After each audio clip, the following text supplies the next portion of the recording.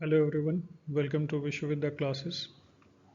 आज से हम लोग बीपीएससी प्रीवियस ईयर क्वेश्चंस का जो कलेक्शन है उसको शुरू कर रहे हैं और ये सेट नंबर 1 है। इसको छोटे छोटे स्लैब में तोड़ा गया है, छोटे छोटे सेट्स बनाए गए हैं। हर सेट में लगभग 20 से 25 क्वेश्चंस होंगे और जिसका डिटेल एक्सप्लेनेशन होगा। तो मेरे ख्याल से आपको एग्ज़ाम में बैठने से पहले इन सब चीज़ों को देख लेना चाहिए और प्रैक्टिस सेट लगाने से पहले ज़रूर आप प्रीवियस ईयर क्वेश्चंस को तो देखें ही देखें, क्योंकि ये वैसे प्रश्न हैं जो किसी के दिमाग की उपज नहीं है, बल्कि ये आयोग के द्वारा चुना हुआ सवाल और आयोग के द्वारा दिया हुआ सवाल होता है। तो इसको ज़रूर देखें, इससे आपको एग्ज़ाम का आइडिया मिलेगा और एग्ज़ाम में कैसे प्रश्न पूछे जाते हैं उन सारे प्रश्नों का भी आइडिया आपको मिलेगा। तो आइए देखते हैं इन सारे सेट्स का। हाँ, इन सेट्स में आपको साइंस के सवाल नहीं दिखाई देंगे, क्योंकि साइंस का सवाल मैंने एक अलग से तैयार कर रखा है। तो साइंस के लिए एक साइंस के नाम से ही प्रीवियस ईयर क्वेश्चंस को अपलोड किया जाएगा। कोशिश ये रहेगी हमारी कि अगले आने वाले 2 वीक्स में सारे प्रीवियस ईयर क्वेश्चंस आपको करा दिए जाए और उसके बाद फिर प्रैक्टिस सेट को देखा जाएगा। तो आप 2 वीक में छोटे छोटे वीडियोस के रूप में आपको प्रीवियस ईयर क्वेश्चन देंगे हम, और इसको आप देखिए, चलते फिरते उठते बैठते कहीं भी आपको स्पेयर टाइम मिले तो इसको ज़रूर देखें। चलिए फिर आइए शुरू करते हैं। पहला प्रश्न है कि भारत के संविधान का मसौदा तैयार करने के लिए संविधान सभा की मसौदा समिति का अध्यक्ष कौन थे। ये 65वीं बीपीएससी में पूछा हुआ सवाल है प्रारंभिक परीक्षा में। Mahatma Gandhi, Jawaharlal Nehru, doctor B R Ambedkar, Sardar Vallabh Bhai Patel. सही जवाब है doctor B R Ambedkar. Doctor Bhimrao Ambedkar को संविधान सभा द्वारा मसौदा समिति का अध्यक्ष नियुक्त किया गया था। उन्होंने संविधान निर्माण में महत्वपूर्ण भूमिका निभाई और उन्हें भारतीय संविधान का जनक के रूप में जाना जाता है। उन्होंने संविधान को सामाजिक न्याय और समानता के सिद्धांतों पर आधारित बनाया। अगला प्रश्न है, चंपारण सत्याग्रह कब हुआ था। 1915, 1916, 1917, 1918। ये 60 से 62वीं बीपीएससी में पूछा हुआ सवाल है। और आप ये भी मान के चलें कि ये सारे ऐसे प्रश्न हैं जो बहुत बार रिपीट हुए हैं बीपीएससी में। तो उन सारे एग्ज़ाम्स का नाम मैंने लिखा नहीं है, लेकिन बहुत सारे एग्ज़ाम्स में रिपीटेड सवाल हैं। तो इसका सही जवाब है 1917। चंपारण सत्याग्रह महात्मा गांधी का पहला महत्वपूर्ण आंदोलन था जो 1917 में बिहार के चंपारण जिले में हुआ था। यह आंदोलन नील की खेती करने वाले किसानों के हितों की रक्षा के लिए शुरू किया गया था, जिन्हें अंग्रेजों ने नील की खेती के लिए मजबूर किया था। आप यहाँ मैप में देख सकते हैं, ये चंपारण है जो गांधी जी ने 1917 में, और उसके बाद अहमदाबाद में 2 आंदोलन हुआ था, मजदूर मिल आंदोलन और खेरा आंदोलन। अगला प्रश्न है, बिहार के पहले मुख्यमंत्री कौन थे। कितनी बार सवालों में पूछा है। श्री कृष्ण सिंह, अनुग्रह नारायण सिंह, कर्पूरी ठाकुर, बिंदेश्वरी दुबे। सही जवाब है श्री कृष्ण सिंह। श्री कृष्ण सिंह बिहार के पहले मुख्यमंत्री थे। उन्हें बिहार केसरी के नाम से जाना जाता है। उन्होंने 1946 में बिहार के प्रीमियर के रूप में कार्यभार संभाला था। स्वतंत्रता के बाद भी मुख्यमंत्री बने रहे। उनके कार्यकाल में बिहार में कई सामाजिक और आर्थिक सुधार हुए। अगला प्रश्न है, गांधी जी का पहला बड़ा सत्याग्रह बिहार में किस कारण से हुआ था। खादी आंदोलन, दांडी मार्च, नील आंदोलन, असहयोग आंदोलन। सही जवाब है नील आंदोलन। महात्मा गांधी का पहला बड़ा सत्याग्रह 1917 में चंपारण में नील किसानों के अधिकारों के लिए हुआ था। किसानों को अंग्रेजों द्वारा नील की खेती के लिए मजबूर किया जा रहा था, जिसके खिलाफ गांधी जी ने सत्याग्रह का नेतृत्व किया। यह भारत में उनका पहला अहिंसात्मक आंदोलन था। अगला प्रश्न है, कर्पूरी ठाकुर ने बिहार के मुख्यमंत्री पद से कब इस्तीफा दिया था। 1977, 1978, 1979, 1980। सही जवाब है 1980। कर्पूरी ठाकुर, जो 2 बार बिहार के मुख्यमंत्री रहे, ने 1980 में अपने पद से इस्तीफा दे दिया। वे समाजवादी नेता थे और पिछड़े वर्गों के उत्थान के लिए उन्होंने अनेक योजनाएं शुरू की। उनकी जनप्रियता आज भी बिहार के राजनीतिक परिदृश्य में महत्वपूर्ण मानी जाती है। इन पर एक डेडिकेटेड वीडियो भी बना रखा है मैंने, आप प्लेलिस्ट में जा करके देख सकते हैं।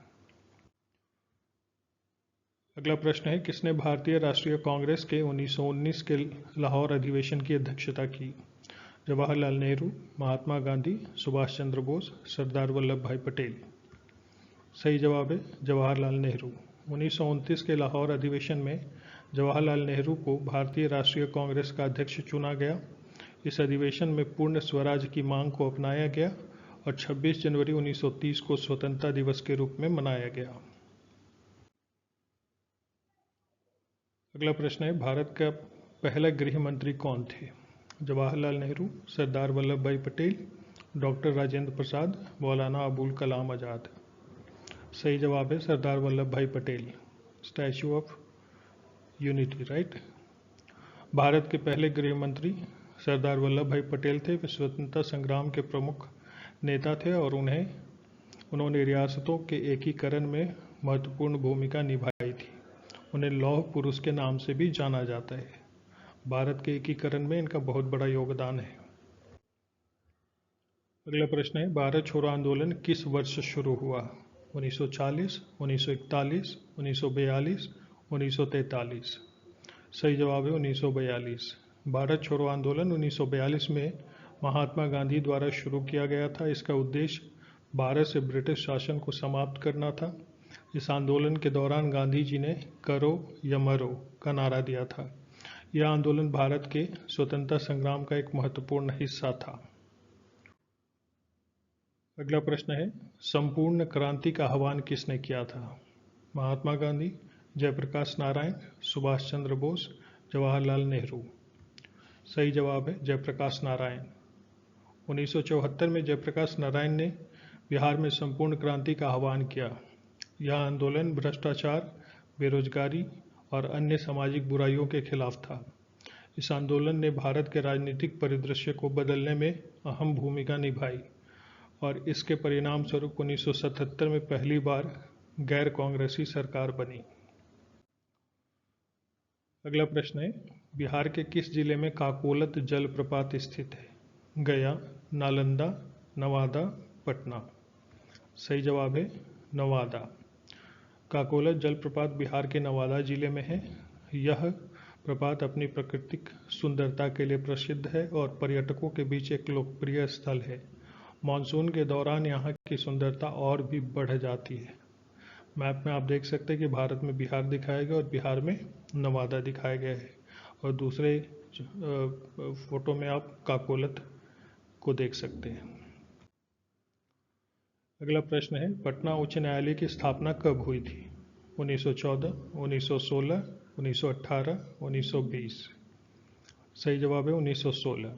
पटना उच्च न्यायालय की स्थापना 1916 में हुई थी। यह बिहार और उड़ीसा प्रांत का उच्च न्यायालय था। आज ये बिहार राज्य का प्रमुख न्यायिक संस्थान है और इसकी ऐतिहासिक और कानूनी भूमिका अत्यधिक महत्वपूर्ण है।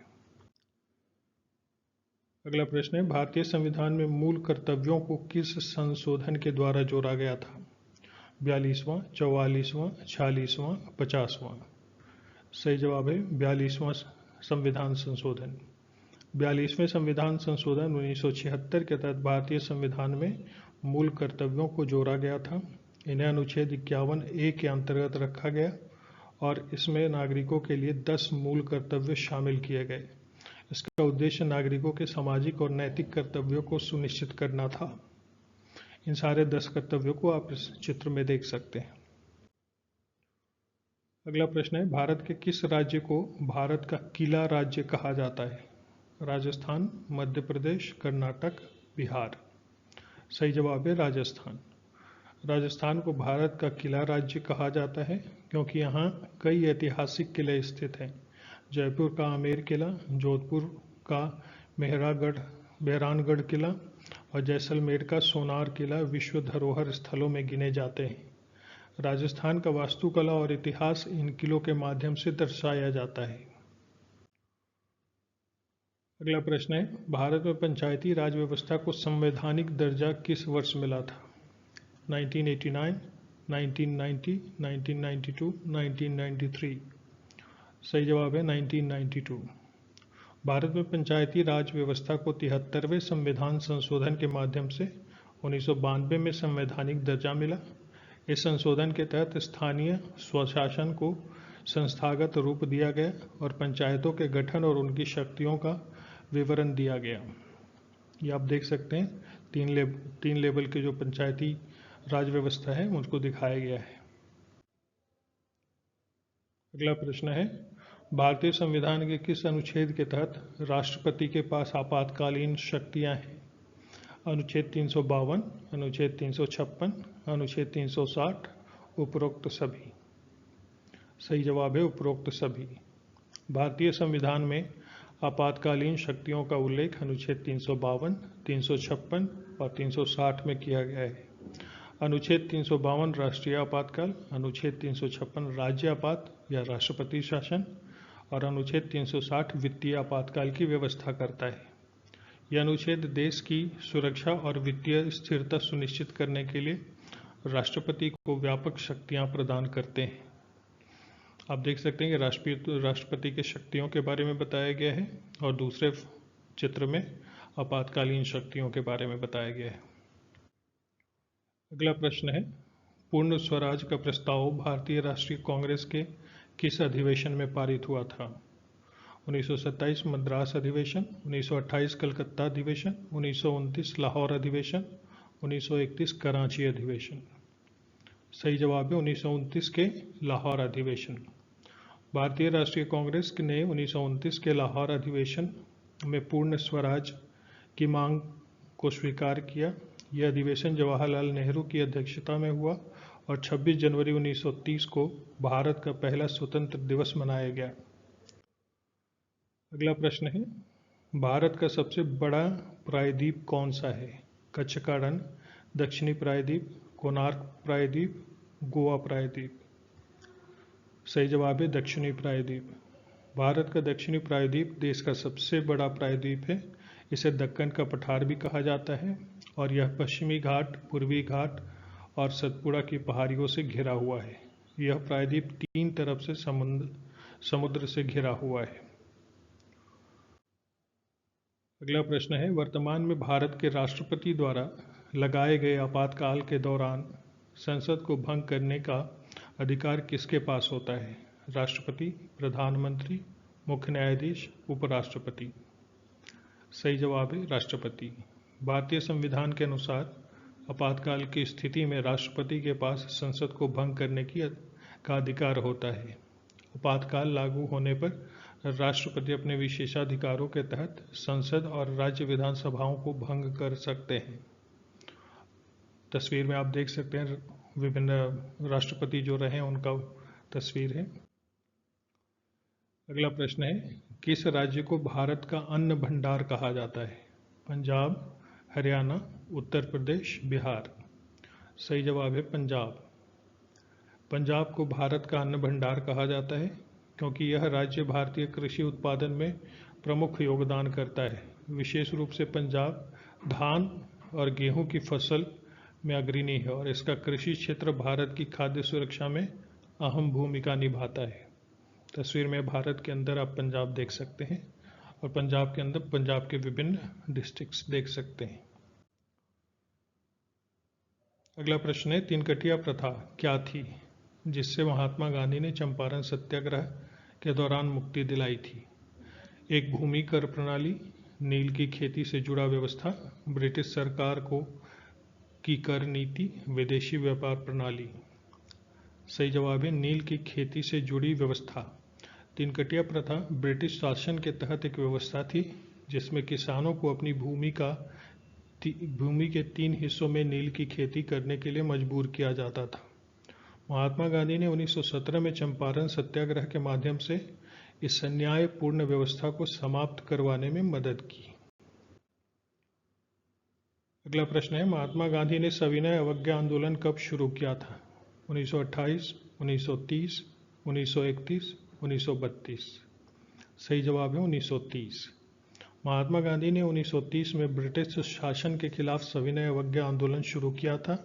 इस आंदोलन के तहत उन्होंने नमक कर का विरोध करने के लिए प्रसिद्ध दांडी मार्च किया, जो भारत में ब्रिटिश कानूनों का अहिंसात्मक रूप से उल्लंघन करने का प्रतीक बन गया।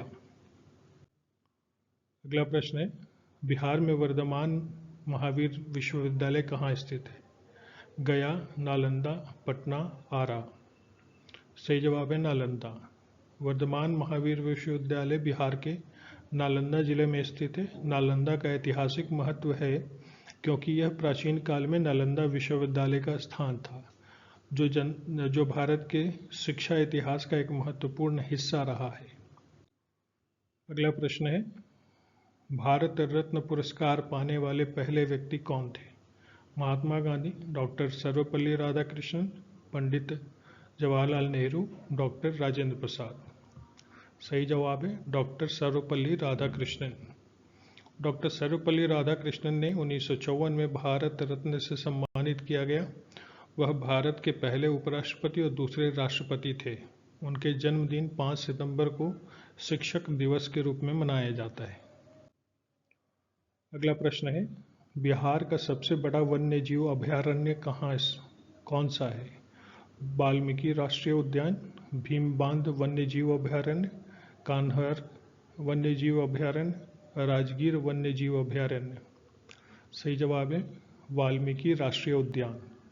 वाल्मीकि राष्ट्रीय उद्यान बिहार का सबसे बड़ा वन्यजीव अभयारण्य है, जो पश्चिमी चंपारण जिले में स्थित है। यह नेपाल सीमा से सटा हुआ है और यहाँ बाघों के अलावा कई अन्य वन्य जीव पाए जाते हैं। तस्वीर में आप देख सकते हैं भारत में बिहार और बिहार में पश्चिम चंपारण और पश्चिम चंपारण में आपको वाल्मीकि राष्ट्रीय उद्यान दिखाया हुआ है। अगला प्रश्न है, 1857 के विद्रोह में बिहार का नेतृत्व किसने किया था? कुंवर सिंह, बिंदेश्वरी प्रसाद, जगदीशपुर के राजा, अनुग्रह नारायण सिंह। सही जवाब है कुंवर सिंह। कुंवर सिंह ने 1857 के भारतीय विद्रोह के दौरान बिहार में विद्रोह के प्रमुख नेता थे। उन्होंने ब्रिटिश ईस्ट इंडिया कंपनी के खिलाफ लड़ाई लड़ी और जगदीशपुर बिहार में अपनी स्वतंत्रता की घोषणा की। उनका उम्र 80 वर्ष के करीब थी, फिर भी उन्होंने अंग्रेजों के खिलाफ साहसिक संघर्ष किया। तो ये आज के 25 क्वेश्चन हुए। हर दूसरे दिन आपको एक बीपीएससी का प्रैक्टिस सेट, प्रीवियस ईयर का सेट अपलोड किया जाएगा। इसे आप देखें, इसे करें। जो प्रश्न पता है कॉन्सेप्ट के साथ, बहुत अच्छी बात है। जिन प्रश्नों पे आपको थोड़ा भी डाउट हो, उनके कॉन्सेप्ट्स को आप ज़रूर देखिए। रहेगी बात जो टॉपिक वाइज प्रीवियस ईयर का क्वेश्चंस चल रहे हैं, वो भी चलता रहेगा। उसके लिए भी मायूस नहीं होना है। जैसे कोई दरोगा, Bihar CGL, Bihar inter level, ये सारे एग्जाम्स होने हैं, तो उनके लिए भी वो सारी चीज़ें चलती रहेंगी। तो आप इसे देखें और इससे अधिक से अधिक फ़ायदा उठाएं, तभी हमारा वीडियो बनाना सफल होगा।